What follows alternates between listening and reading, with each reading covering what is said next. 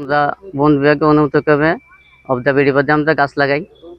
গাছ লাগানো 10 বছর চুক্তি মেয়াদে আমরা লাগাই, কিন্তু 10 বছর পরে মুক্তি দেওয়ার পরে আমাদের সরকার না থাকার কারণে আমাদের টেন্ডার হয়নি। এর পরবর্তীতে নতুন সরকার আসার পরে খাল খনন কর্মসূচি হয়েছে।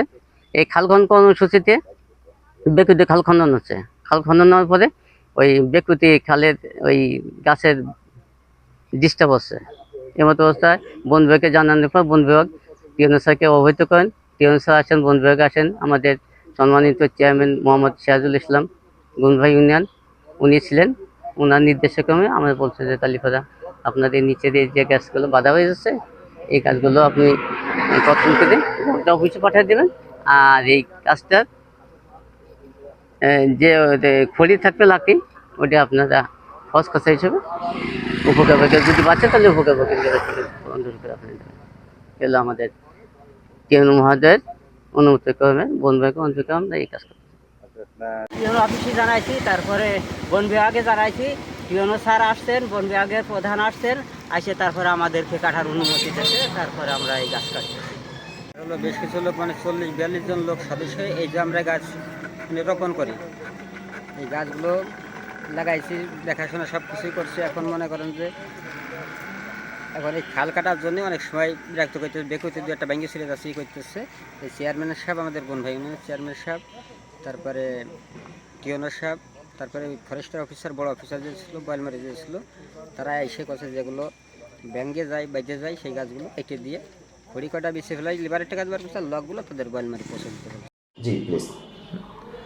আসসালামু আলাইকুম, আমি তাহিদ হোসেন, ফরেস্ট রেঞ্জার, ভারপ্রাপ্ত কর্মকর্তা, পূর্ব গঙ্গাবর্তী এসএফএনটিসি। আমাদের সরকারের যে প্রতিশ্রুতি অনুযায়ী খাল খনন কর্মসূচি চলছে, সেখানে আমাদের বোয়ালমারিতে গুণবাহত নদের চাঁদ পর্যন্ত বাগান বনায়ন রয়েছে, সামাজিক বনায়ন রয়েছে। সেখানে খাল খননের কর্মসূচির জন্য ঠিকাদার হচ্ছে সিরাজুল ইসলাম, গুণবাহ ইউনিয়নের চেয়ারম্যান এবং উপজেলা বিএনপি সভাপতি বলমারি। সে সেখানে শুরুতে না জেনে গাছ কাটছিল, মানে খাল খননের শুরুতে সে আমাদের ওইখানকার যে বনায়নের গাছ আছে সেটা না জানিয়ে কাটছিল। পরে আমরা সংবাদ পেয়ে সেখানে যাই, তাকে মানা করি গাছ যেন কর্তন না করা হয়। উপকারভোগীর সাথে ছিল যে এই গাছগুলো আমাদের বন বিভাগে, আপনি কেন না জানিয়ে কাটছেন। তখন তাকে কথা বললাম, তারপর তাকে বলা যে যদি আপনার গাছ কর্তনের দরকার হয় আপনি আবেদন করেন, বিভাগীয় বন কর্মকর্তা আবেদন করেন। কিন্তু সে আবেদন করেনি। পরবর্তীতে বোয়ালমারী উপজেলার ইউনো মহোদয় আমাদেরকে কল দিয়েছে। কল দেওয়ার পরে আমাদের উপজেলার যে দায়িত্ব আছে তাকে বলছে যে আপনি এখানে আসেন, ওই জায়গাটা ভিডিও করে নিয়ে আসেন। তো সেখানকার সে ভিডিও করে নিয়ে গেছে আমাদের যে উপজেলার দায়িত্ব, আর বলছে যে স্যার আমাদের এইখানে যে বনায়ন রয়েছে ওইখানে গাছ কর্তন না করলেও চলবে, গাছের মাঝখানে ফাঁকা রয়েছে, ওই ফাঁকার মধ্যেই সে মানে খাল খননের মাটিগুলো ওখানে উঠিয়ে রাখতে পারবে। তার পরের দিন ইউনো স্যার, টিআইও এবং উপকারভোগী সহ সেখানে সরজমিনে পরিদর্শন করছে। তখন ইউনো স্যার বললো যে না, যেহেতু খাল খনন হচ্ছে, কিছু কিছু সমস্যা হচ্ছে, এই জন্য সে বলছে যে ছোট গাছ 25টার মতো ছোট গাছ যেন কাটা হয়। কন্ট্রাক্টরকে বলছে। তখন ওইখানকার যারা উপকারভোগী আছে, সামাজিক বনের যে উপকারভোগী, তারা বলছে যে কন্ট্রাক্টরকে যদি আমরা কাটতে দিই তখন সে দিদারসে কেটে ফেলবে, তখন আমাদের ক্ষতি হবে। তখন স্থানীয় যারা উপকারভোগী তারা বলছে আমরা বেছে বেছে গাছ কিছু কর্তন করে, ছোট যেসব গাছগুলো রয়েছে। তখন উপকারভোগীরা 2 দিন ওই ছোট 28টার মতো গাছ কেটে আমাদের অফিসে রেখে আসে, যেন পরবর্তী যখন আমরা টেন্ডার দিই গাছগুলো মিলে আমরা তাদের টাকাটা দিতে পারি। আর আমাদের বাগানটা রয়েছে ওই খালের দক্ষিণ পাশে। আর এখন বর্তমানে হয়তো গাছ কাটা পড়ছে যে খালের উত্তর পাশে, যেখানে আমাদের সামাজিক বনের কোনো বাগান নেই। আর ওই গাছগুলো কিভাবে কাটা পড়ছে, কেন কাটা পড়ছে, সেগুলো সেই বিষয়ে আমাদের কোনো জানা নেই। আমাদের বলমারী উপজেলার আমাদের মধুমতি নদীর থেকে আমাদের কামারগ্রাম সুইচ গেট পর্যন্ত যে খাল, মাননীয় প্রধানমন্ত্রী জনাব তারেক রহমান সাহেবের অগ্রাধিকার প্রকল্প, সেই প্রকল্পের খাল খনন ইতিমধ্যে শুরু হয়েছে অনেক দিন ধরেই।